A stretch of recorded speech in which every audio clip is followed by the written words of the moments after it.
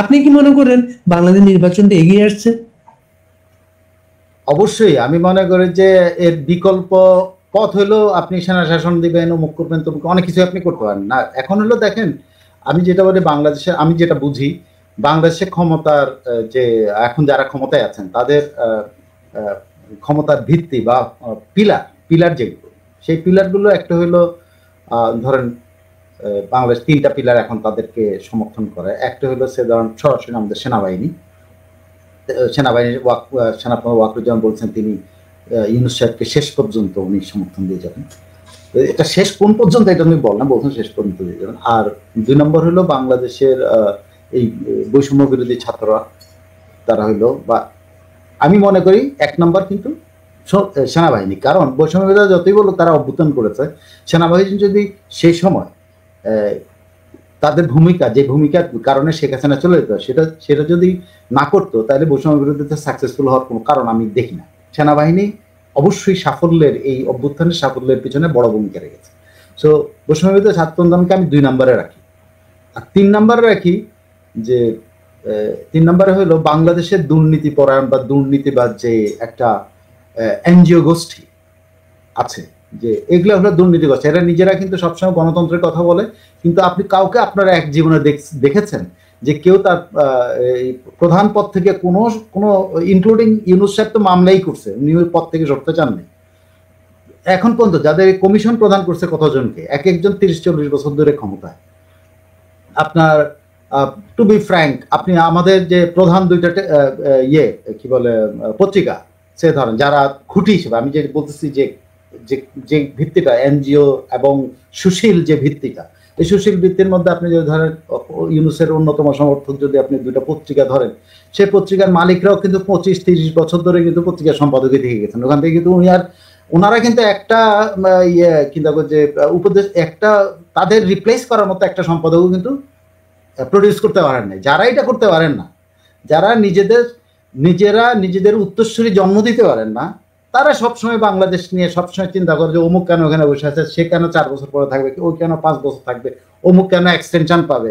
যারা বলে এই যে ভিত্তিটা, এই ভিত্তির যে একটা দুর্নীতিবাজ, মানসিক দুর্নীতিবাজ, প্রথমত হলো যে একেবারে আর্থিক দুর্নীতিবাজ এনজিও গোষ্ঠী, যারা এই পুরা, আপনি দেখেন পুরা চক্রটার মধ্যে এরা আছে, ইনক্লুডিং অনেক স্বনামধন্য অর্থনীতিবিদ, যিনি এই যে কি বলে একটা শ্বেতপত্র প্রকাশ করছেন, যে শ্বেতপত্র প্রকাশ করতে পারেন না, যেটা নিজেই গ্রহণ করেন, হ্যাঁ, এমন একজন, এরা হলো তার ক্ষমতার ভিত্তি। এই 3টা ক্ষমতার ভিত্তি ছাড়া প্রধান উপদেষ্টার কন্টিনিউ করার মতো কোনো অবস্থান আমি এই মুহূর্তে দেখি না। আর্মি যখন বলবে, আর্মি কিন্তু অনেক আগে বলছে 18 মাসের মধ্যে নির্বাচন, তার মানে সেটা কিন্তু এই ডিসেম্বরের মধ্যে নির্বাচনটা আসে। তাহলে আর্মির কথা যদি ঠিক থাকে, তার ডিসেম্বরের মধ্যে নির্বাচন হইতেই হবে, এটা কোনোভাবে আগামী বছর যাওয়ার কোনো সুযোগ নাই। কারণ আর্মি মানবে না, আর্মি বলে রাখছে আগে রয়টার্সের সাথে ইন্টারভিউ দিয়ে। আর যদি আপনি বিদেশি কূটনীতিবিদ, যাদের উপরে ভরসা করে ইউনূস সাহেব হাঁ বলেছেন যে উনি প্রধান উপদেষ্টার দায়িত্ব নিতে রাজি আছেন, যাদের উপরে ভরসা করে বা উনি লোভী হয়ে যেটা আমি তো মনে করি দুইটাই ওনার পক্ষে কাজে, যাদের উপর ভরসা করছে প্লাস হলো লোভ, দুইটার মধ্যে, তো তারা কিন্তু ওনার সাথে আর নাই। সে কারা? তারা হলো যারা তাকে নোবেল লরিয়েট হিসাবে গুরুত্ব দেয় সারা পৃথিবীতে, আন্তর্জাতিক সম্প্রদায়, বিশেষ করে ইউভুক্ত দেশগুলি, এই যুক্তরাজ্য, যে যুক্তরাজ্যের সম্পর্কে ইউনূস এরকম নাক থেকে চোখা করে গলায় যে ইউনূস নিজেকে যুক্তরাজ্যের কাছে খেলো বানিয়েছেন, এই যুক্তরাজ্য সহ ইউরোপিয়ান যে দেশগুলো প্লাস যুক্তরাষ্ট্র প্লাস অস্ট্রেলিয়া, নিউজিল্যান্ড, আমি এদের সবার কিন্তু তৎপরতা সবার চোখে পড়ে না। কিছু হলো আমি একটু ব্যাখ্যা করেছি যে যুক্তরাজ্য আর কখনো ইউনূসের সাথে থাকবে না, অ্যাটলিস্ট এই সরকার থাকা উচিত। এখন যদি স্টারমার সরকার যদি পদত্যাগ করে যায় ইউনূসের চাপে বেড়া, না হইতে পারে ইউনূসরা যেরকম টিউলিপে পদত্যাগ করেছে, এখন স্টারমারও পদত্যাগ করাইতে পারে। যদি করাইতে পারে তাহলে হয়তো কনজারভেটিভ এসে তারা আবার সমর্থন দেবে, কিন্তু এই সরকার তাকে সমর্থন দেবে না। 2, তার ভাগ্য নির্ধারিত হয়ে গেছে, যেটা আমার বলতে লজ্জা হয়, বলতে কষ্ট হয়, যে আমাদের ভাগ্য নির্ধারিত হয় অন্য জায়গায়। তাদের ভাগ্য নির্ধারিত হয়েছে গত 6 তারিখে, এটা দিল্লিতে ভাগ্য নির্ধারিত, মানে তার প্রধান সমর্থক যুক্তরাষ্ট্র প্রধান সমর্থক, তাকে যে শক্তি মনোবল সবকিছু দিয়ে সহায়তা করছে। এবং অনেকে বলে যে তাকে এই ক্ষমতায় আনার পেছনে যে কলকাঠিনা, যেটা ওনারা অস্বীকার করেছেন পরবর্তী কিছুদিন আগে, সুলিভান প্রধান উপদেষ্টা, নিরাপত্তা উপদেষ্টা সুলিভান, উনি সেই অস্বীকার করেছেন না, বাংলাদেশের সাবেক সরকারকে সরানোর ব্যাপারে তাদের কোনো ভূমিকা নাই। এটা উনি সাক্ষী মেনেছেন আবার কাকে? ভারতকে, যে ভারত এটা বিশ্বাস করে, ভারতের সরকার। আবার উনি বলছেন যে ভারতের জনগণ মনে করে যে এই বাংলাদেশের সরকারের হটানোর পেছনে তাদের ভূমিকা আছে, কিন্তু এই পারসেপশনটাকে ভারতীয় সরকার মনে করে না, এটা ভারত তাদের কথার সাথে একমত। মানে ভারতের ঘাড়ে ইয়ে রেখে আর কি সে বলতে আছে তাদের কোনো ভূমিকা নেই, হতে পারে না থাকলেও ভালোই, কিন্তু সেই যুক্তরাষ্ট্র কিন্তু তার সাথে নেই। কেন নাই? আমি অনেকগুলো উদাহরণ দেওয়া যাবে, আমি একটা উদাহরণ আপনাকে দিই, সেই উদাহরণটা দিলেই আপনি বুঝতে পারবেন। পরশুদিন বা তার আগের দিন, এই 6 তারিখে যে তাদের ইউনূসের প্রতি যে যুক্তরাষ্ট্রের মত চেঞ্জ হয়ে গেছে, ইউনূস কন্টিনিউ করার ব্যাপারে বা দ্রুত নির্বাচনের ব্যাপারে, সেটা আপনি কিছু কোট করতেছে, আমি এগুলা কিছুটা ইংরেজিতে করবো, এই জন্য এটা ছাড়া উপায় নাই। হ্যাঁ, কারণ এটা এত সুইটেবল বাংলা করার মতো সময় আমার কাছে এখন নাই, বাট আমি সংগ্রহ করে রেখেছি বলে আমি বলতেছি। এটা হলো ভারতে যুক্তরাষ্ট্রের বিদায়ী রাষ্ট্রদূত, ওনার নাম হলো এরিক মাইকেল গ্রাসিটি। উনি কিন্তু একজন রেজিস্টার্ড ডেমোক্রেট পলিটিশিয়ান এবং লস অ্যাঞ্জেলেসের 2 বার মেয়র ছিলেন এবং ডেমোক্রেটিক পার্টির সদস্য, এবং উনি ডেমোক্রেট স্পেশালিস্ট বলেই তাকে ভারতের মতো একটা জায়গাতে দ্বিতীয়ারের জন্য পাঠানো। সেই ভদ্রলোকের এতদিন চুপ ছিলেন, কিছু বলেন না। অল অফ এ সাডেন কলকাতাতে উনি একটা প্রেস ব্রিফিং এর মধ্যে উনি বলেছেন যে, উনি অনেকগুলো কথার মধ্যে বলছেন, উনি যে কথাগুলো বলছেন যেটা সবচেয়ে গুরুত্বপূর্ণ, সে বলছে যে our security advisors met last week and Bangladesh was a big part of conversation. মানে আমরা যেটা মনে করছিলাম যে সুলিভান যে ভারতে এসেছিল, সেখানে আসলে বাংলাদেশ নিয়ে তেমন কোনো আলোচনা না, আসলে তা না। উনি বলছেন যে জ্যাক সুলিভান এবং অজিত দোভাল 2 সিকিউরিটি অ্যাডভাইজারের বৈঠকে বাংলাদেশ ছিল একটা বড় অংশ, এবং তিনি সেখানে উপস্থিত ছিলেন, এই দূত সেখানে ছিলেন, যে কারণে উনি ওখান থেকে তথ্যগুলো দিচ্ছেন এবং বলছেন যে ওখানে কি হয়েছে। ওখানে আলোচনা হয়েছে, কোট করি, how can we best help বাংলাদেশে কিভাবে সর্বোচ্চ সহায়তা করা যায়, how can Bangladesh hold election as soon as possible and protect everybody in Bangladesh. আপনি এরপর আর কোনো কথা থাকে? অ্যাজ সুন অ্যাজ পসিবল, ওইখানে এটাই আলোচনা হয়েছে 2 পক্ষের মধ্যে, এবং এই ব্যাপারে সমঝোতা হয়েছে ভারত এবং যুক্তরাষ্ট্রের মধ্যে, যে বাংলাদেশে দ্রুত নির্বাচন করা জরুরি হয়ে পড়েছে, এবং এটা সবাইকে প্রোটেক্ট করার জন্য, সবাইকে, এটা কিন্তু ইউনূস সহ সবাইকে প্রোটেক্ট করার কথা বলা হয়েছে, ইনক্লুডিং সংখ্যালঘু। তারপরে উনি বলছেন, we all want to see a stable, prosperous, tolerant Bangladesh. খেয়াল করছেন কি বলে? আমরা একটা স্থিতিশীল বাংলাদেশ দেখতে চাই, এখনকার মতো কেওস দেখতে চাই না, একটা সমৃদ্ধশালী দেখতে চাই, এখনকার মতো গরিব হওয়ার দিকে যে হাঁটা দিছে এই বাংলাদেশ দেখতে চাই না, একটা সহিষ্ণু বাংলাদেশ, এখন যে অসহিষ্ণুতা দেখা দিচ্ছে বা অসহিষ্ণুতা ছড়ায় পড়তেছে, এটা আমরা দেখতে চাই না। খেয়াল করে দেখছেন পুরো বাংলাদেশ সিচুয়েশনটাকে তারা, অজিত দোভাল এবং জ্যাক সুলিভান বৈঠকে এই কথাতে একমত হয়েছেন। So we think US and India can work more closely together on that than we have even before. মানে ওই যে দ্রুত নির্বাচনের ব্যাপারে আমরা আগের চাইতে যে কোনো সময়ের সাথে বেশি সহযোগিতামূলক করে বাংলাদেশের সাথে কাজ করে আমরা এই নির্বাচনটার দিকে নিয়ে যাব। সো আপনার মানে এই সরকারের ভবিষ্যৎ সম্পর্কে আপনি বুঝতে, এবং সম্পর্কগুলো আপনি বুঝতে পারছেন যে কিভাবে দ্রুত সম্পর্কগুলো যেখানে ছিল, যেই মাপে ছিল সেখানে আর নাই। ভারত আগে ছিল না, কিন্তু ভারতের দুতিয়ালিতে হোক যেমনি হোক বাইডেন সরকার বদলায় গেছে, এবং বাইডেন সরকারের পক্ষ থেকে সুলিভান আরো বলেছে যে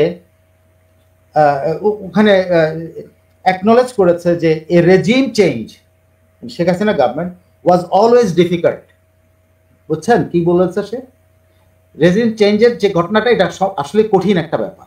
এটা দুই দিকে আপনি মিন করতে পারেন, যে আমরা যখন করছি এটা খুব কঠিন ছিল, আবার এটা বলতে পারেন চেঞ্জের কারণে কঠিন সময় পার করতেছে। আমি মনে বলতে চাই যে এটা কঠিন সময় পার করতেছে বলেছে। And it didn't always result in something better but can be positive. এটা সবসময় এই ধরনের যে পরিবর্তন, এটা সবসময় ভালো ফল বয়ে আনে না, তবে এটা যেন পজিটিভ হয় এটা আমরা আশা করতেছি। এবং সেই আশার ভিত্তিটা কি? দ্রুত নির্বাচন। The world community embraces and sees US, India and Bangladesh, তিন দেশ, have much more in common than other countries that are further away. অন্যান্য চেয়ে আমরা তিনটা দেশ এত বেশি কমন ইস্যুজ আছে যে আমরা আমাদের মধ্যে, মানে যুক্তরাষ্ট্র এক ধরনের দায়িত্ব নিয়ে ফেলছে যে বাংলাদেশের এখন যেটা আছে এটাকে চেঞ্জ করার জন্য দায়িত্ব। যেখানে একটা রাষ্ট্রের রাষ্ট্রদূত যে একটা বৈঠকে ছিল, সে বলছে যে ভারতের সাথে তারা একমত যে এখানে যে অবস্থাটা আছে এটা পরিবর্তন হওয়া দরকার। এরপর আর আপনার কিছু মনে হয় যে এইটা কতদিন থাকবে বা কতদিন দূরে যাবে, কিভাবে এটা পরিবর্তন হবে, এটা ভাই I don't know what is the mechanism, but I think that must B a safe exit of the current people. এবং এই ছিল এদের, এবং এরা যে ভয় পেয়েছে, এরা যে আপনি যে কলম ভাঙার কথা এমনি বলে না, কিন্তু ওরা ভয় পেয়েছে। আপনি সার্জিস যে বলতেছে যে 2029 পর্যন্ত তো আওয়ামী লীগ ক্ষমতা থাকতো, নির্বাচন বিএনপি কেন এরকম করতেছে, এরা কিন্তু ভয় পেয়েছে। কারণ এরা দেখছে বিএনপি সরে গেছে। বিএনপি সাথে যুক্তরাষ্ট্রের যেমন যোগাযোগ আছে, বিএনপির সাথে ভারতেরও দুর্দান্ত যোগাযোগ আছে। আপনি মনে করে দেখেন, একদম এই সরকার 5ই আগস্টের পরে 15-20 দিন বা 7 দিন 10 দিনের মধ্যে আমির খসরু মাহমুদ চৌধুরী কিন্তু ইন্ডিয়া সফর করেছিলেন ভারতকে তাদের পক্ষে নিউট্রালাইজ করার জন্য। খেয়াল করছেন জিনিসটা? এবং তার কয়েকদিনের মধ্যে সালাউদ্দিন সাহেব যে ত্রিপুরা থেকে ফেরত আসলো, এবং সালাউদ্দিন সাহেব এবং আমির খসরু মাহমুদ চৌধুরী দফায় দফায় ইংল্যান্ড সফর করতেছেন। দুতিয়ালিটা কিভাবে হচ্ছে? ভারতের যে মনোভাবটা সেটা তারেক রহমান সাহেবকে বোঝানো হচ্ছে, এবং তারেক রহমান সাহেব একটা মত দিচ্ছেন, সেটা অনুসারে কিন্তু এখন তারেক রহমানই যে মত দিয়েছেন যে চাপের মধ্যে রাখতে হবে, এখন নির্বাচন করতে হবে, তা না হলে আমরা দেশের পরিস্থিতি আরো খারাপ হবে। আসলে অন্য খারাপের প্রসঙ্গ আছে, সেটা আরেকদিন বলবো যদি সুযোগ হয়। একটা যে খেয়াল করেছেন, ভারতীয় সেনাবাহিনীর প্রধান তার প্রথম সংবাদ সম্মেলনে, ভারতীয় আর্মি চিফ প্রতি বছর একটা বার্ষিক সংবাদ সম্মেলন করেন, এবং সেই সংবাদ সম্মেলনে বাংলাদেশ ছিল একটা গুরুত্বপূর্ণ প্রসঙ্গ। তিনি সেখানে বলেছেন যে বাংলাদেশের সাম্প্রতিক পরিবর্তনটা হয়েছে, এই পরিবর্তন নিয়ে বাংলাদেশ সেনাবাহিনী প্রধানের সাথে 4 এবং 5 আগস্ট তার অনর্গল আলোচনা হচ্ছিল, এবং তারা দুজনে একসাথে কাজ করেছেন। মানে তাই বলতে চেয়েছেন যে শেখ হাসিনাকে যে ভারতে নিয়ে যাওয়া, এটার সাথে দুই সেনাবাহিনীর একটা যোগাযোগ ছিল, অপ্রকাশিত ভূমিকা ছিল, যেটা আমরা প্রকাশিত যেটা দেখছি। বাংলাদেশ বিমান বাহিনীর 7 জন অফিসার সাথে গেছেন, বাংলাদেশের বিমান বাহিনীর এয়ারক্রাফট গেছে, সেখানে প্রকাশিত আমরা দেখেছি। আরেকটা গুরুত্বপূর্ণ কথা উনি সংযুক্ত করেছেন যে বাংলাদেশে নির্বাচিত সরকার আসার পরে দুই দেশের সম্পর্কটা স্বাভাবিক। এই বিষয়টা আপনি কিভাবে দেখেন? দেখেন, এটা ভারতের তো ভারত সবসময়, ভারতের পররাষ্ট্রনীতিতে একটা জিনিস সবসময় তারা বলেন যে তারা কাজ করে নির্বাচিত সরকারের সাথে, তারা কখনো অগণতান্ত্রিক বা অনির্বাচিত সরকারের সাথে কাজ করে না। এটা তো তাদের প্রকাশিত প্রকাশ্য কূটনীতি অংশ।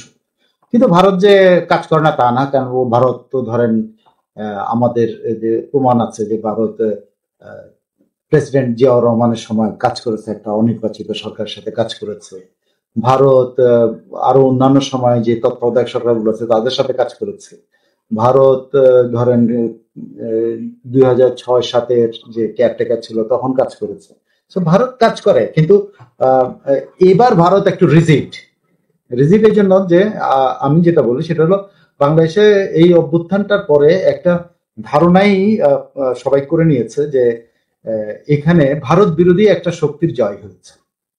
সেটা অনেকটা কেয়ারটেকার ইন্টারিম গভর্নমেন্ট এই পরিচয়টা দেওয়ার চেষ্টা করেছেন নিজেদেরকে, তাদের আহ, জনগণের মধ্যে তাদের শক্তিটা খোঁজার জন্য, যে প্রো আওয়ামী লীগ বা মুক্তিযুদ্ধের পক্ষের শক্তি যারা অ্যালায়েন্স ছিল তারা হয়তো তাকে সাপোর্ট করবে, আসলে তার সাপোর্ট গ্রুপ কোনটা হতে পারে। তো সাপোর্ট গ্রুপে স্বাভাবিকভাবে এদেরকে বেছে নিয়েছে। প্রথমত হলো জামাত, তারপরে হলো প্রথম তাদের একমাত্র বৈষম্য বিরোধী আন্দোলনের পরে তাদের নাম আসতেছে জামাত, প্লাস হলো জঙ্গিদেরকে সাথে নেওয়া, যে কারণে সব জঙ্গি ছেড়ে দিচ্ছে ইয়ে থেকে, কি বলে, জেলখানা থেকে ছেড়ে দিয়েছে। বিভিন্ন মামলা, যেমন 10টা অস্ত্র মামলা, এটা নাই হয়ে গেছে।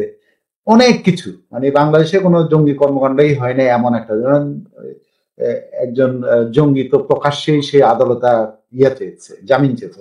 এটা ভারত এই জায়গাটা দেখতে তার সে সিকিউরিটি রিস্কের কথা ভেবেছে, যে অন্যান্য সবসময় যাই হয়েছে এই সিকিউরিটি রিস্কটা কিন্তু ভারতের কখনোই হয়নি। কোনো সরকারই ধরেন ভারতকে প্রকাশ্যে এইভাবে কিছু বলেন, কলকাটি নার্সে কি করছে সেটা অন্য জিনিস, হ্যাঁ ওটা মিলিটারি ব্যাপার, ডিফেন্সের ব্যাপার, কিন্তু প্রকাশ্যে আমাদের কোন সরকারই যে ভারতের বিরুদ্ধে জিগির দিচ্ছে, স্লোগান দিচ্ছে, এটা করেনি। যেইটা এই সরকারের মধ্য থেকে যাবে, এই সরকারের একজন যিনি মাস্টার মাইন্ড, তিনি ভারতের একটা ম্যাপ শুদ্ধ ঢুকায় ফেলছেন, যে বাংলাদেশের সাথে মিলে উনি নিজস্ব একটা বাংলাদেশের স্বপ্ন দেখে গভীর রাতে এটা দেখে পোস্ট করেন, পরে যদি উনি ডিলিট করে দেন। কিন্তু এই যে উগ্রতা, এই উগ্রতার সাথে ভারত মনে হয় প্রথম থেকে মনে করছে এদের সাথে কাজ করা যাবে না।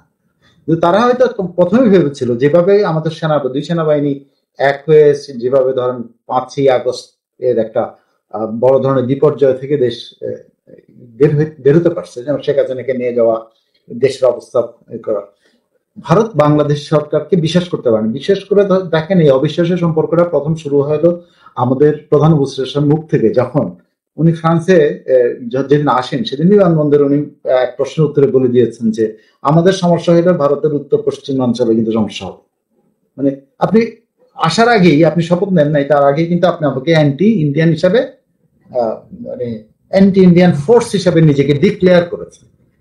তো এই জিনিসগুলো আসলে প্রথম থেকেই এই গভর্নমেন্টটা এবং এই গভর্নমেন্টের এলিমেন্টস যারা ইয়ে ছাড়া, আর্মি ছাড়া অন্য যে শক্তিগুলো আছে, আপনি দেখেন এদের বুদ্ধিজীবী শক্তির মধ্যেও কিছু আছে প্রো ভারত, কিছু আছে একেবারে অ্যান্টি ভারত, এরকম ওদের নেক্সট।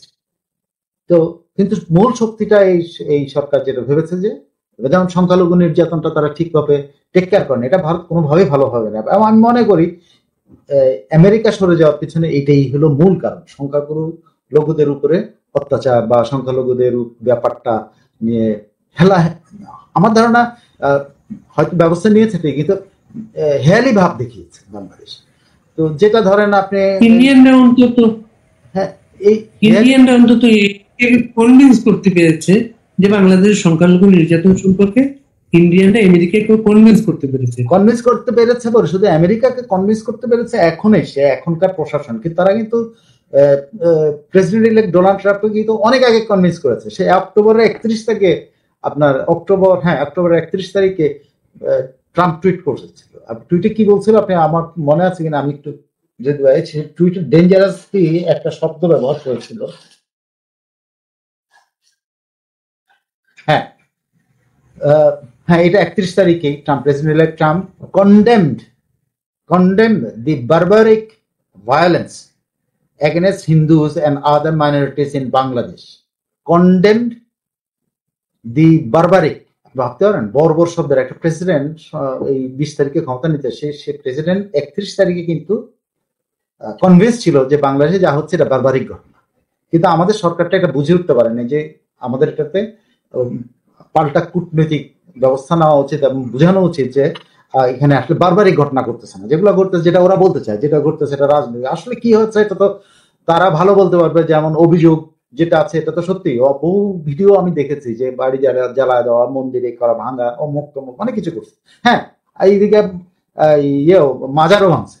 তো এগুলো হয়েছে। তো সেখানে ইনকামিং আমেরিকান অ্যাডমিনিস্ট্রেশন কিন্তু convinced, chief of the American administration Donald Trump convince যে যা ঘটেছে বাংলাদেশে এটা বারবারিক।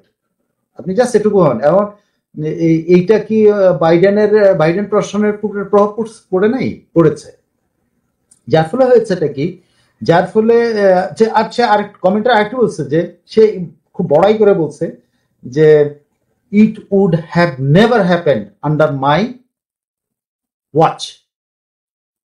তার মানে তার ওয়াচে এরকম ঘটনা ঘটতে পারবে না বাংলাদেশে। সে তখন বলছে এটা আমার ওয়াচে কিন্তু এটা হবে না। তাহলে কি তার আমলে হয় নাই, তার আমলে এটা হয় নাই, তার আমলে হ্যাঁ না, ঘটে তার নাই। আমলে হবে না বলছে, এটা হতে পারতো না। তার মানেটা কি, আমি যখন ক্ষমতায় আসবো তখন কিন্তু এগুলো চলবে না। আপনি বুঝতে পারছেন আমেরিকার অ্যাডমিনিস্ট্রেশন কিভাবে ইউটার্ন করছে?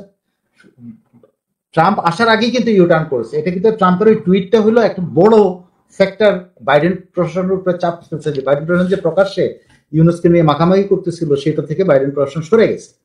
এবং জ্যাক সুলিভানের ওই কথাগুলো যে রাষ্ট্রদূত বলেছে, এটা কিন্তু তাদের শুধুমাত্র যে ডেমোক্রেটদের পজিশন চেঞ্জ হতো না, এটা ট্রাম্প প্রশাসনের উপর একটা চাপ আছে। তা নাহলে ওরা বলতো না যে এই প্রশাসন ভারতের সাথে তাদের যে ঐক্যমতটা হয়েছে সেই ঐক্যমতের যে মতগুলো, এই মতগুলি ইনকামিং অ্যাডমিনিস্ট্রেশনকে জানিয়ে যাবে। মানে তাদের বাইডেন অ্যাডমিনিস্ট্রেশনে বিলং করে যে দ্রুত নির্বাচন হওয়া উচিত, এবং এই যে ধারণাটা, এই যে মতটা, এটা তাদের সাথে ভারত একমত, এবং এই মতটা ট্রাম্প অ্যাডমিনিস্ট্রেশনের কাছে তারা জানায় যাবে। সো আপনি ধরেই নেন যে এই পথ ছাড়া আর কোনো উপায়, অন্য কোনো উপায় আছে কিনা আমি জানি না, এটা আপনার তো বিভিন্ন উপায় বাংলাদেশে আছে। এখন তো যদি ধরেন একটা বিশাল ঘূর্ণিঝড় হয়ে গেল, সেটা কাটায় উঠতে 2 মাস লেগে যেতে পারে, এটা গডস হ্যান্ড বল। ঠিক আছে, আপনি কোনো একটা বড় ঘটনা ঘটবে, সেটা প্রেক্ষাপটে জরুরি অবস্থা জারি করে দিতে পারেন, গডস হ্যান্ড। আপনি বড় ঘটনা ক্ষেত্রে সামরিক আইন জারি করে দিতেন, গডস হ্যান্ড।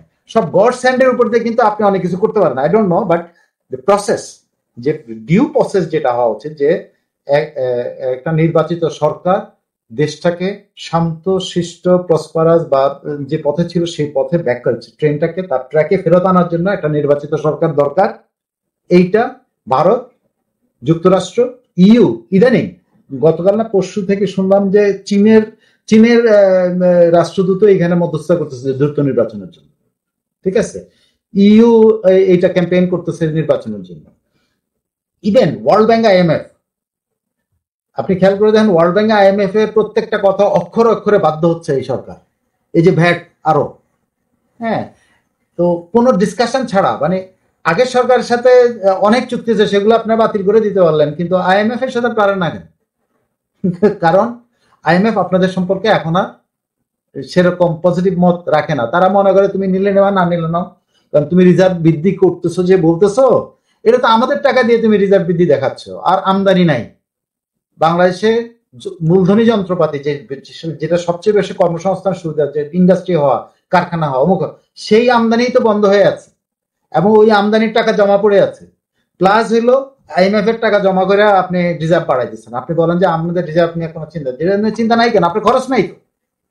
এখন আইএমএফ তো এগুলো বোঝে রে ভাই, বুঝে তারা দেখতেছে যে তাদের ওয়াচে একটা দেশ কোথায় নিচের দিকে নেমে, যে দেশটা 2026-এ ডেভেলপিং দেশের মর্যাদায় উন্নীত হওয়ার জন্য জাতিসংঘের অলমোস্ট সিদ্ধান্তের অপেক্ষায় আছে আর 1 বছর, সেইখানে এই দেশটা এত অধপতন, যার ওয়ার্ল্ড ব্যাংক আইএমএফ এর অ্যাসেসমেন্টে আমাদের ইয়ে হবে 4-এর নিচে, প্রবৃদ্ধি হবে 4-এর নিচে।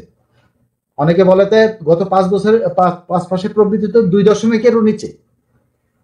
তাইলে আপনি কারো কথা, কেউ কি আর এই প্রশাসনের উপর আস্থা রাখছে? আপনি জাস্ট এইটুকু জানেন যে কারো আস্থা নাই, তো এখন এই প্রশাসন থাকবে কার উপর দিয়ে? 3টা শক্তি।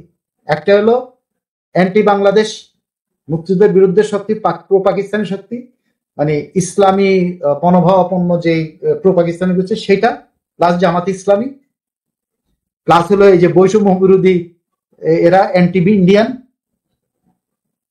কোনো একটা পিলার যদি সরে যায় এই সরকারের কথা, এবং আমার ধারণা তাদের যে কোনো একটা পিলার সরে গেছে, এবং সেটা কোনটা এটা আমি আন্দাজ করে বলতে চাই না, তবে আপনি বুঝে নিতে পারেন যে একটা পিলার তাদের সরে গেছে। না হলে কিন্তু ভারতের সেনাপ্রধান এরকম কথা বলতো না, ভারতে মার্কিন রাষ্ট্রদূত এই বৈঠকের কথা ফাঁস করতেন না, যেটা সিল রেখে দিয়েছিল সুলিভানরা, সেটা ফাঁস করতেন না, ভারতের সেনাপ্রধান এটা কথা বলতেন না। এবং আমাদের সেনাপ্রধানও কিন্তু ভারতের সাথে সম্পর্ক খারাপ করা যাবে না, এবং আমাদের সাথে সম্পর্ক আছে, আমাদের দুই দেশের মধ্যে এই মিল আছে, আমরা এটা ব্যবহার করি, ওইটা করি, সেটা করি, আমরা আমদানি করি, আমরা খাওয়া আনি, অমুক আনি, আবার আমরা রপ্তানি করি, আমাদের সাথে এই সম্পর্ক সিকিউরিটি সম্পর্ক, এটা বলতো না।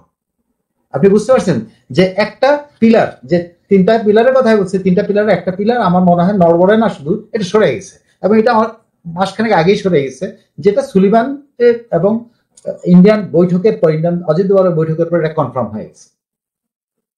ভারতীয় মিডিয়ার যাদের সাথে আমাদের আলাপ হয় তারা একটা যে বলার চেষ্টা করেন, যেটা শেখ হাসিনার আমলে তারা অন্তত এক জায়গায় নিশ্চিত ছিলেন, বাংলাদেশের ভূমি ব্যবহার করে ভারতীয় উগ্রপন্থীরা ভারত হামলা করবে না, এইটা নাই বাংলাদেশ থেকে। এটা একটা ছিল। আরেকটা বিষয় তারা উদ্বেগের কথা বলেন, যে বাংলাদেশে এই পরিবর্তনের পরে যে যারা জেলখানা থেকে পালিয়ে গিয়েছে জঙ্গিরা, এবং তাদেরকে মুক্তি দেওয়া হয়েছে, এবং এই মুক্তি যাদেরকে বাইরে চলে এসেছে, এরা তারা বিভিন্ন প্রমাণ পাচ্ছে এর মাঝে, তারা ভারতে প্রবেশ করছে এবং তারা গ্রেপ্তার হচ্ছে ভারতে। এই বিষয়টা ভারতের উদ্বেগটাকে বাড়িয়ে দিয়েছে। ওইখান থেকে ভারতীয় মিডিয়া ক্রমাগত ভাবে ইউনূস সরকারের বিরুদ্ধে একটা অবস্থান নিচ্ছে। এটা আপনি কিভাবে দেখেন? না, এটা তো ধরেন এটা ভারত সরকারের জঙ্গি ইস্যুতে প্রথম থেকেই তো তারা বলে আসছে যে সংখ্যালঘুদের উপর নির্যাতন হচ্ছে, এবং জঙ্গি ইস্যুতে যেন ভারত বাংলাদেশ তার স্ট্রিক্ট অবস্থান বজায় রাখে, কিন্তু বাংলাদেশ এটা রাখেনি। তো স্বাভাবিকভাবে ভারত তো এটাতে তার নিরাপত্তাহীনতা এসে বা তার নিরাপত্তা ঝুঁকির কথা ভাবে, কিন্তু এইটা বাংলাদেশ ভাবতেছে না। আমরা ভাবতেছি না যে আমরা খালি ধরেন ভারত ভাবতেছে তাদের নিরাপত্তা ঝুঁকি হচ্ছে, আমরা তাদের নিরাপত্তার ঝুঁকি কারণ হয়ে দাঁড়িয়েছে, সো আমরা শক্তিশালী। বিষয়টা এরকম না ভেবে যদি এই সরকার এইভাবে ভাবতো যে ভারত এটা ভাবতেছে এটা একটা পজিটিভ জিনিস, সো ভারতের সাথে আমরা নেগোশিয়েট করি, আমরা আমাদের জিনিসগুলো আদায় করে নেই হুঙ্কার ধঙ্কার না দিয়ে, এবং জঙ্গিগুলো না ছেড়ে আমরা যদি এই অবস্থানটাই রাখতে পারতাম, হ্যাঁ তোমরা আমাদের চোখে চোখ রাখার যে পররাষ্ট্রনীতির কথা, আমরা সেভাবেই চলবো, তোমরা যেটা মনে করতেছো সেটাই আমরা কিন্তু ঠিক আছে, আমরা তোমার এই সিকিউরিটিও কনফার্ম করতেছি, শেখ হাসিনা যে সিকিউরিটি তোমার দিচ্ছে আমরা এটা দেবো, কিন্তু আমরা বলবো না, কিন্তু আমরা দেবো, যেটা বিএনপি দিয়েছে সব সময়, আমরা দেবো, বাট আমার কনফার্ম করা আমার জিনিসগুলো দেবে। তাহলে তো এই সরকার আমার ধারণা বড় ধরনের কূটনৈতিক বিজয় হইতে পারতো ভারতের সাথে, এভাবে লড়াই করতে না চায়, তাদের জমি দখল করতে না চেয়ে বাংলাদেশের বিরাট কূটনৈতিক বিজয় হওয়ার সম্ভাবনা ছিল। এবং নরেন্দ্র মোদী যেহেতু উনি কোণঠাসা ছিলেন বিশ্ব অঙ্গনে প্রথম দিন থেকে শেখ হাসিনাকে আশ্রয় দেওয়ার জন্য, তখন তার উপরে যুক্তরাষ্ট্র ছিল, তার উপর রুষ্ট ইউরোপিয়ান ইউনিয়ন ছিল, সবাই রুষ্ট ছিল, ব্রিটেন তো শেখ হাসিনাকে নেয়নি, সে ধরে। তার মানেটা কি ছিল? তার মানে ভারত যেটা করছে সবাই কিন্তু তার বিরোধিতা করছিল, কিন্তু আজকে উল্টাই গেল জিনিসটা। কেন উল্টালো? আমাদের আচরণে আমরা এইটাকে ক্যাশ করতে পারি নাই। আমাদের ইউনূস সাহেব মনে করেছেন যে ওনাকে যেই বুঝেছেন, বা ওনার তো নিশ্চয়ই কেউ নাকি অ্যাডভাইস করুন যে ভারতের নিয়ে শোরগোল তোলা হলো বাংলাদেশের রাজনীতি, এটা বেশি দিন খায় না। আমাদের দেশের রাজনীতি আমি আসলেই দেখি নাই, আপনি দেখেছেন কিনা জানি না, আসলেই দেখি নাই যে ভারত বিরোধী জিগের তোলা, প্রো পাকিস্তানি দহরম মহরম প্রকাশ করা, এটা আলটিমেটলি আমাদের দেশের মানুষ পছন্দ করেন। আবার ভারতের সাথে মাখামাখিও আমাদের দেশের মানুষ, কিন্তু অনেক মানুষ আছে, আমি আওয়ামী লীগ করে এরকম অনেক মানুষ আছে, তারা শেখ হাসিনার অতিরিক্ত ভারতের সাথে অতিরিক্ত সম্পর্ক যে ফুলে প্রকাশ করা হইতো, এটা তারা পছন্দ করতো না। সত্যি কে চায় না যে আমি সমানভাবে আমার দিকে চোখে আমাকে সারাক্ষণ ছোট ভাই মনে করবো? কেউ চায় না, এটা কেউ চায় না। আপনি ছোট ভাই কতদিন পর্যন্ত, 18 বছর বা 17 বছর বা স্কুল পর্যন্ত ছোট ভাই মানতে পারেন, আপনি কলেজে উঠলে কি বড় ভাইরা ছোট ভাই মানে না? এটা হলো মানুষের প্রবৃত্তি, এটা শুধু বাঙালি না, সকলের প্রবৃত্তি। এই প্রবৃত্তিটাকে ইউনূস সাহেব এত মানুষ চড়ায় উনি নোবেল পুরস্কার পেয়ে গেলেন, হ্যাঁ উনি এটা কেন বুঝতে পারলেন না জানি না। এটা বড় সুযোগ ছিল বাংলাদেশ ভারতের কাছ থেকে অন্যান্য যেসব আমাদের ন্যায্য দাবিগুলো ছিল এগুলা আদায় করে নেওয়া, কারণ ভারতের মনে একটা ভয়ই ছিল যে বাংলাদেশ আমাদের জন্য হুমকির কারণ হলে আমার সাথে তো যুক্তরাষ্ট্র এবং ওরা নাই। কিন্তু আজকে কি হলো? আজকে হলে যুক্তরাষ্ট্র সহ সবাই কিন্তু ভারতের সাথে চলে গেল, আমরা কিন্তু একা হয়ে গেলাম, আমরা কিন্তু একা হলাম। আমাদের সাথে এখন যদি আপনি খোঁজেন চীন থাকবে, বিকজ ডেভেলপমেন্ট পার হবে। চীন কোনোদিনই বাংলাদেশের রাজনীতির বিষয়ে নিজেরা সরাসরি কাউকে সমর্থন দেবে না, চীন কখনো দেবে না, এবং ইউরোপিয়ান ইউনিয়ন এরাও দিবে না, কারণ তারা কখনোই সম্ভাব্য শক্তি বা যেটা আরেকটা মেজর শক্তি আওয়ামী লীগ এবং তাদের যে মনোভাবাপন্ন মুক্তিযুদ্ধের পক্ষে, এদেরকে কখনো ইউরোপিয়ান ইউনিয়ন রাগাবে না। আওয়ামী লীগের মানে একদম আওয়ামী লীগকে হয়তো রাগাইতে পারে, কিন্তু বাংলাদেশের মুক্তিযুদ্ধের পক্ষের একটা বড় শক্তি হলো ইউরোপিয়ান ইউনিয়ন, ইউরোপীয়রা, ব্রিটেন সহ সবাই বাংলাদেশে তারা যে ভূমিকা রেখেছে মুক্তিযুদ্ধের সময় যুক্তরাষ্ট্র সেটা রাখেনি। সেই ইউরোপিয়ান ইউনিয়নকে যখন আপনি ইউরোপিয়ান ইউনিয়ন দেখছে যে পরিবর্তনটা ঠিক আছে, যখন দিচ্ছে আরে বাবা আমি পরিবর্তন করে কাকে আনলাম, এ দেখে আমরা যে মতাদর্শের প্রতি আমাদের যে সিম্পাথি সেটার বিরুদ্ধে তো থাকে নাই। আপনি জাস্ট অঙ্ক কষে যদি দেখেন, যারা তার মিত্র ছিল ইউনূস সাহেবের, তারা মিত্র নাই। এই যে মিত্র নাই অবস্থাটাতে উনি পড়ে গেছেন, এখন সেখান থেকে উনি কিভাবে বেরোবেন, কোন পিলারের মাধ্যমে, বা তিনটা পিলার এক রাখতে পারবেন কিনা, এটা আমি এক্স্যাক্টলি, যেমন ধরেন আপনি এই যে পরশু দিন বা বৃহস্পতিবার যে সর্বদলীয় মিটিং এর কথা আছেন, সেখানে মাহফুজ আলম তো পুরো একটা মানে ওই মন্তব্য না করলেও চলে, বাট করে ফেলছে। সে বলছে জাতীয় পার্টি তো আমরা বিবেচনায় নিই না, আওয়ামী লীগকে জানি সে তো ফ্যাসিবাদী, আওয়ামী লীগের নেবেন, কিন্তু জাতীয় পার্টি নিয়ে আপনি বলার দরকার থেকে এই যে খুঁজে টুজে শত্রুতা তৈরি করা, এটা একটা ইন্টেনশনাল কোনো কিছু আছে, এদেরও কোনো একটা খুঁটি আছে, যে খুঁটির যে খুঁটিটা সম্পর্কে তারা মনে করছে ওই খুঁটি দিয়ে তারা ক্ষমতা চালায় যেতে পারবে, যেমন সার্জিস বলে 29 সাল পর্যন্ত। তো আমার মনে হয় না, কারণ এটা প্র্যাকটিক্যাল না। আমার মানে যেটা বিবেচনা আছে, যদি আপনি আপনার সামনে যদি সবগুলো দাবার গুটি রাখেন, গুটিগুলো যদি আপনি ঠিক মতো পরিচালনা করেন, এখন ইউনূস সাহেবের দিকে কিন্তু গুটিগুলো নাই।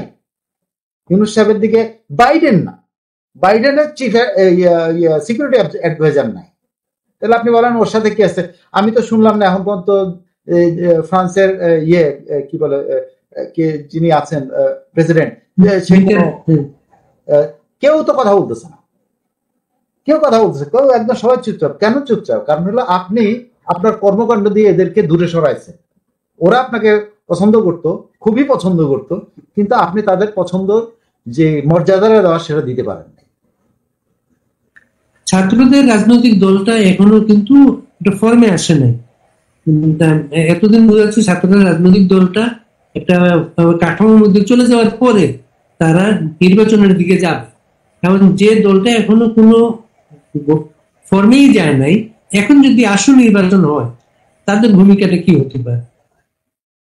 এখন নির্বাচন হলে কি হবে আমি জানি না, তবে যে ইকুয়েশন গুলো এগুলোকে এখনই আমার মনে হয় যে আমরা ইয়ে করা, তবে পোলারাইজেশন যেটা আছে সেটা হলো, ধরেন ওরা ফেব্রুয়ারির শেষ দিকে যদি দলটা করতে পারে, তারা স্থানীয় সরকারটা কেন চাচ্ছে? তারা স্থানীয় সরকার চাচ্ছেই হইলো, তারা কেন দেরি করতে চায় ইলেকশন? তারা দেরি করে তাদের সংগঠনটাকে দাঁড় করানোর জন্য। স্থানীয় সরকার নির্বাচন যদি আগে হয়, তারা বুঝতে পারবে তাদের আসলে শক্তি কতটুকু। জামাতও কিন্তু একই জিনিস চায়, কারণ জামাত দীর্ঘদিন যাবৎ কিন্তু প্রকাশ্য রাজনীতিতে তেমন কোনো তাদের বিচারণ নাই, তো তারাও কিন্তু দেরি করতে চায়। তার দেরি কেন করছে? তারা যাচাই করে দেখছে তাদের কোথায় কোথায় কি আছে, যে কারণে জামাত কিন্তু বলেছে যে আমরা 300 আসনেই প্রার্থী দেবো, এটা ঠিক করেছি, কিন্তু প্রয়োজন হলে আমরা জোট করবো। বৈষম্য বিরোধী ছাত্র আন্দোলন বা নাগরিক কমিটিও কিন্তু জোটের কথা বলতেছে, তারাও কিন্তু বলতেছে যে হ্যাঁ আমরা তো সবাই মিলে ঐক্যভাবে, মানে তারা বলতেছে সর্বদলীয় ভাবে ইলেকশন করে তারা কিছু একটা করবে, কিন্তু সেটা তো গুড়ে বালি। বিএনপিতে সেটা গতকাল প্রকাশ করে দিয়েছে যে তারা নাই, এবং বিএনপির সাথে আরো কয়েকটা ছোট ছোট দলও কিন্তু প্রকাশ করেছে তারা এর সাথে নাই। সো ইকুয়েশনটা দাঁড়াচ্ছে হলো বিএনপি অ্যান্ড সাম আদার সমমনা পার্টি, জামাত এবং বৈষম্য বিরোধী ছাত্র আন্দোলন, এবং সব দলের যে অংশগ্রহণের নির্বাচনের ইনক্লুসিভ কথা যদি ঠিক থাকে ইউরোপীয়দের এবং যুক্তরাষ্ট্রের, এবং ভারত যদি গো ধরে থাকে, যদি আওয়ামী লীগ শক্তি নির্বাচন করে, আওয়ামী লীগ এবং তার সমমনা, আওয়ামী লীগ যদি তার 30% ভোট দাও, সমমনা থেকে আরো 5%, 35%, আর বাকি 65% কিন্তু ভাগাভাগি করে ওই দুই দল, যারা পরবর্তীতে সরকার করতে পারবে। বিএনপি তখন বাধ্য হয়ে এই বৈষম্য বিরোধী ছাত্র আন্দোলন নেবে। এইভাবে আমার কাছে পোলারাইজেশনটা মনে হয়। তবে ইউ ক্যানট বি শিওর যে আওয়ামী লীগ কোন পর্যায়ে গিয়ে কাকে সমর্থন দেয় বা কাকে তারা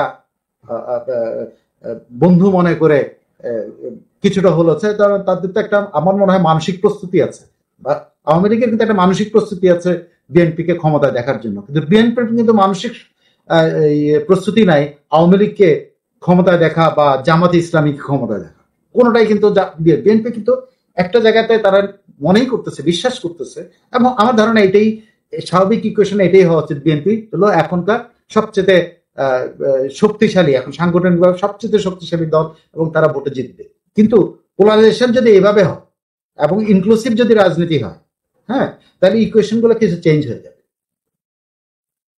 এবং এটা আপনি বিস্মিত হবেন না যে বৈষম্য বিরোধী ছাত্র আন্দোলন, জাতীয় পার্টি, বৈষম্য বিরোধী ছাত্র আন্দোলন, জামাত, এরা বিএনপি মিলে মানে আওয়ামী লীগ এবং আওয়ামী লীগ ঘরানাকে মানে ইয়ে করা, এরকম পোলারাইজেশন হতে পারে, এটা এটা কেউ বলতে পারে না এখন। বাট যে দ্রুত আগাচ্ছে, সে দ্রুত আগানোতে দুইটা বড় বিভাজন হয়ে গেছে। একটা হলো বৈষম্য ছাত্র আন্দোলন এবং জামাত, আরেকটি হলো বিএনপি এবং তার সমমনা আওয়ামী লীগ তো এখন দৃশ্যপটে নাই। তো যদি ওরা দৃশ্যপটে আসে, হ্যাঁ, জামাত জাতীয় পার্টিকে যদি জাতীয় পার্টি তো বাদ দিতে পারে না, তারা তো ইলেকশন করবে, তারা একটা ভাগ বসাবে, ছোটখাটো ভাগ বসাবে। কিন্তু আওয়ামী লীগ যদি দৃশ্যপটে না আসতে পারে তাহলে অন্য ইকুয়েশন, আওয়ামী লীগ দৃশ্যপটে আসলে অন্য ইকুয়েশন হবে। ছাত্ররা কিন্তু এখনো ভয় দেখাচ্ছে, বিশেষ করে হাসনাত আব্দুল্লাহর ভয় দেখাচ্ছে কিন্তু কলম ভেঙে দেওয়া হবে। এবং ছাত্ররা ক্ষমতার স্বাদটা পেয়ে গেছে, তারা তো চাকরির জন্য আন্দোলন করেছিল, তারা আর কেউ চাকরির জন্য চেষ্টা করছে না, পড়াশোনাতেও নাই এরা। এখন এই ছাত্ররা জামাতের সাথে মিলে যদি জোর করে ইলেকশনে জিততে চায়, এমন কোন আমাদের তাইলে আরেকটা পিলার, যে কোনো একটা পিলার ওদের সমর্থনে যেতে হবে। সেই পিলার যাবে কিনা এটা আমি বলতে পারি না, আপনিও, আমার বিশ্বাস হয় না ওই পিলার ওদের পক্ষে যাবে, জামাতের পক্ষে যাবে, আমি বিশ্বাসই করি না। আওয়ামী লীগ যেটা, আওয়ামী লীগ দলটা মানে নির্বাচন বর্জনের দল না কিন্তু আওয়ামী লীগ আপনার মনে আছে সেই জিয়াউর রহমানের আমলে, হ্যাঁ, আওয়ামী লীগ জিয়াউর রহমানের আমলে নির্বাচন করেছে, এরশাদের আমলে নির্বাচন বর্জনের দল না। এখন আওয়ামী লীগের যে পরিস্থিতি সারা দেশে এখন, নতুন আওয়ামী লীগ, যেটা আপনি আগের আলোচনায় বলার চেষ্টা করেছেন, নতুন আওয়ামী লীগ ইলেকশনে যদি আসে সেটা সম্ভাবনা কতটুকু? মজার ব্যাপার হলো দেখেন, ইন্ডিয়াও এত দ্রুত নির্বাচন চায়, কিন্তু ফাইনালি কিন্তু ইন্ডিয়াও কিন্তু আমার ধারণা জুলাইতে নির্বাচন চায় না। ইন্ডিয়াও কিন্তু আওয়ামী লীগের জন্য কিছুটা টাইম বাগায় নিতে চায়। কিন্তু ইন্ডিয়া যেটা চাচ্ছে, যেটা আমার মনে হয় কি, সেটা হলো সংবিধানের যে কেয়ারটেকারের ব্যাপারটা আছে সেটাকে সেটেল করে এই সরকারকে সরায় দেওয়া। এমন একটা সরকার না যেটার প্রতি ওই যে সবার মত থাকবে, তখন আওয়ামী লীগও বলবে হ্যাঁ ঠিক আছে, বিএনপিও বলবে ঠিক আছে, সবাই। এই ইন্ডিয়া জুলাইয়ের মধ্যে যে ঘটনাটার কথা কেন বিএনপি বলতেছে, বিএনপি এই ভয়টাই পাচ্ছে যে বিএনপির ইলেকশন যদি দেরিতে হয় তাহলে আওয়ামী লীগ কিন্তু কোনো না কোনো ভাবে ফেরত আসতে পারে, এবং এটা ধরে নেওয়া যায় আসবে, এবং ভারত তার সেটা সমর্থন করবে। প্লাস যদি যে কোনো একটা কেয়ারটেকার সাথে যদি ধরেন কোনো দল বাজ না কেয়ারটেকার, সেটা আওয়ামী লীগের বেনিফিট হবে। এখনকার যেটা আছে এটা তো নিজের অস্তিত্ব রক্ষার জন্য তো অ্যান্টি আওয়ামী লীগ। সো বিএনপির এখানে সুযোগ আছে, জুলাইয়ের মধ্যে আসলে তারা নিশ্চিত যে তারা জিতে যাবে, কিন্তু ডিসেম্বরে গেলেও তারা জিতবে তারা মনে করে, কিন্তু ওখানে আওয়ামী লীগ একটা ফ্যাক্টর। বাংলাদেশের নির্বাচনে জুন জুলাই মাসে বাংলাদেশে বর্ষাকালীন নির্বাচন কতটা বাস্তব? এমন কি হতে পারে বিএনপি জুন জুলাইয়ের কথা বলছে, সে জানে জুন জুলাই বলে চাপে রেখে ডিসেম্বরে যাতে নির্বাচনটা নিশ্চিত হয়, এটা কি হতে পারে? সেটা এখানে দুইটা ইকুয়েশন কাজ করতে পারে বলে আমার মনে হয়। সেটা হলো, একটা হলো বিএনপি ভারতের যে প্ল্যানটা, যে ভারতের যে প্ল্যানের কথা বলা হয় যে কেয়ারটেকার গভর্নমেন্ট নিয়ে আসা, হ্যাঁ, বিএনপি এই ফাঁদে পা দিতে চায় না। কারণ কেয়ারটেকার নিয়ে আসা মানে বিএনপির জন্য একটা, এই সরকার তাদের জন্য সেফ, কিন্তু কেয়ারটেকার সেফ না। সেই জন্য বিএনপি কি করছে যে আগাম নির্বাচন, তার মানে এই সরকারের অধীনে নির্বাচন দিয়ে দাও, ঠিক আছে। এবং ওই কেয়ারটেকারের এখন আর ফর্ম না, আমরা যাই দেখবো সংবিধান চেঞ্জ করে তখন কেয়ারটেকার আসবে, ঠিক আছে। কিন্তু কেয়ারটেকার আসলে বিএনপির জন্য এটা অসুবিধা।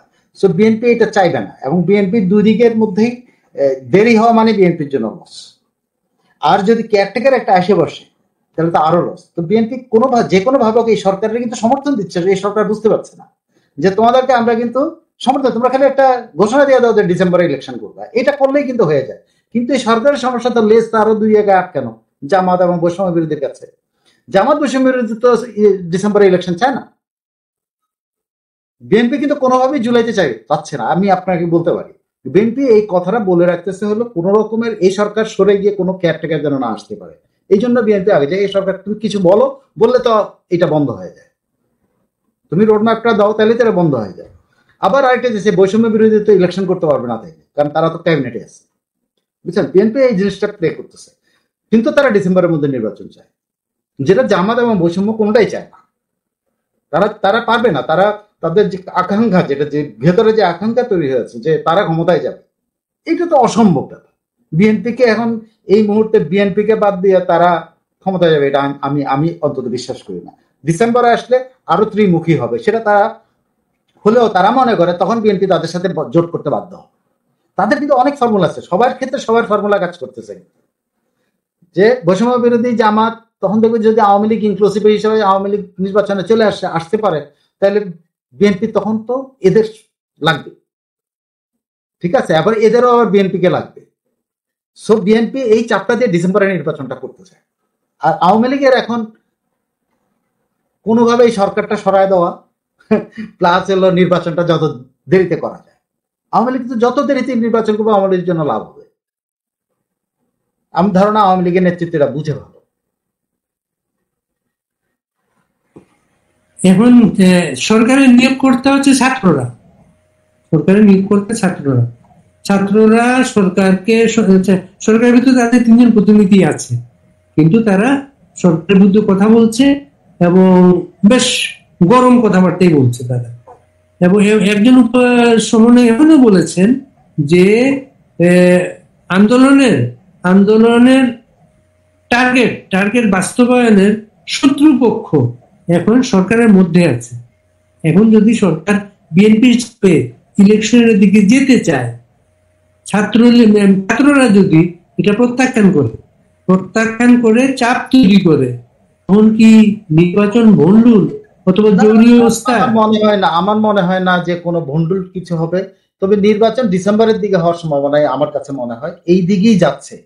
বিএনপি একটা আগাম চাপ দিয়ে রাখছে, যেটা ভারতের যদি এই পরিকল্পনা থাকে যে একটা কেয়ারটেকার নিয়ে আসা, এই সরকারকে সরায় একটা কেয়ারটেকার আনলে ইনক্লুসিভ আওয়ামী লীগের জন্য একটা স্পেস তৈরি করা, এইগুলা বিএনপি চাচ্ছে না। যে কারণে বিএনপি এই সরকারকে বাঁচানোর জন্য, যে এই সরকার তুমি থাকো আর নির্বাচনটার ঘোষণা দিয়ে দাও।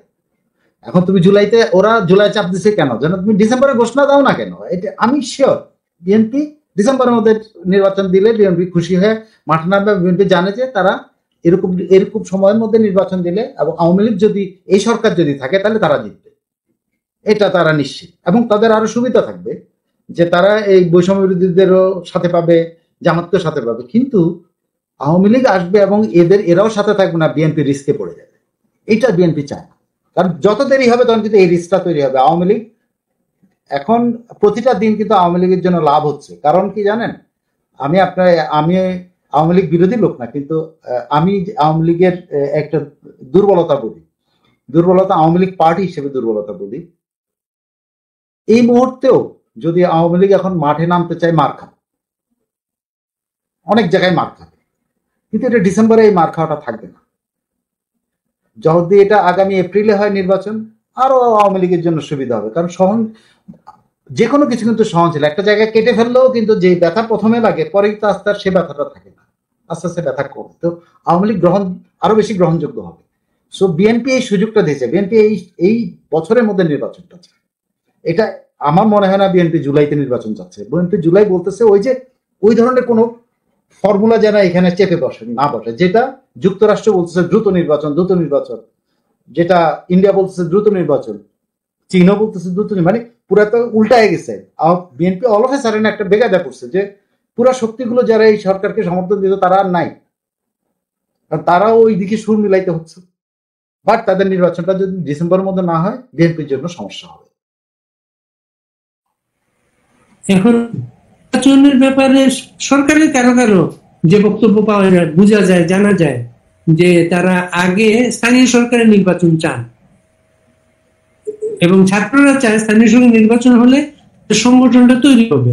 আবার ইলেকশন কমিশন বলে দিয়েছে অলরেডি, জাতীয় নির্বাচনের প্রস্তুতির সময় আগে যদি স্থানীয় সরকার নির্বাচন করতে হয়, এটা তাদের জন্য সহজ না বিষয়টা, তারা এভাবে আগ্রহী না বিষয়টা। এবং বাংলাদেশে ইভিএম এর নির্বাচন হবে না, এটাও তারা মোটামুটি ধারণা দিয়ে ফেলেছে তারা। আরেকটা বিষয় আপনি দেখেন, বাংলাদেশের 90-তে 96-তে 2001-কে কেয়ারটেকার অধীনে 3টা নির্বাচন হয়েছিল। কেয়ারটেকার গভর্নমেন্ট গুলো 3 মাসের জন্য এসেছিল। সেই 3 মাসের মধ্যেই কিন্তু বাংলাদেশ এখন পর্যন্ত যতগুলো নির্বাচন হয়েছে, সবচেয়ে ভালো নির্বাচন গুলো তাই করেছে। মাসের মধ্যে নির্বাচন তারা করেছে। এখন এই গভর্নমেন্ট, তার নাম কিন্তু কেয়ারটেকার না, তার নাম হচ্ছে অন্তর্বর্তীকালীন সরকার। কিন্তু আমাদের দাবি ছিল, রাজনৈতিক দলগুলোর দাবি ছিল নির্বাচন হবে কেয়ারটেকার গভর্নমেন্টের অধীনে। এখন কেয়ারটেকার গভর্নমেন্ট যদি ইলেকশন উপলক্ষে আনার চেষ্টা হয়, তখন কি বিএনপি এখন বিরুদ্ধে যাবে সেটা? বিএনপিটা চাচ্ছে না। বিএনপি এই মুহূর্তে কেয়ারটেকার কোনোভাবে, কারণ এটা হলে তারা পিছিয়ে যাবে তাদের নির্বাচনটা। ঠিক আছে, এটা পিছিয়ে যাবে, তারা যত পিছাবে তারা লসে পড়বে। বিএনপি এটা কখনোই চাবে না। বিএনপি চায় এই সরকারের অধীনে। মুরব্বীরা তো কেয়ারটেকার চাচ্ছে। হ্যাঁ, মুরব্বীরা কেয়ারটেকার চাচ্ছে না। মুরব্বীরা প্রথম টার্গেট হলো দ্রুত নির্বাচন। আর দ্রুত নির্বাচনের জন্য যা করা লাগে করো, পরিষ্কার ব্যাপার। এখন দ্রুত নির্বাচন করতে হলে এই সরকার তো দিচ্ছে না, তো এই সরকারকে ফালাই দিতে হবে। তো মুরব্বীরা যদি বলে তুমি চলে যাও, ইনি তো থাকবেন না। অনেকে তো বাংলাদেশে এখন গুজবের দেশ, তো আমাদের সেই গুজবের একটা কথা। না, গুজব নিয়ে আমি কথা বলতে চাই না, আমি এটা থেকে বিরত থাকি। কেয়ারটেকার গভর্নমেন্টের আদলে তাহলে মুরব্বীরা চাচ্ছে ইউনিট গভর্নমেন্টটা চলে যাক, অন্য একটা গভর্নমেন্ট আসবে। মুরব্বীরা চাচ্ছে কিনা আমি জানি না, তবে এরকম একটা ফর্মুলা আছে মার্কেটে। তবে দ্রুত নির্বাচন চাচ্ছে তারা। এটা নিয়ে কোনো, আমি আপনাকে কোট করে বলছি যে ওরা দ্রুত, সবগুলি পক্ষ দ্রুত নির্বাচন।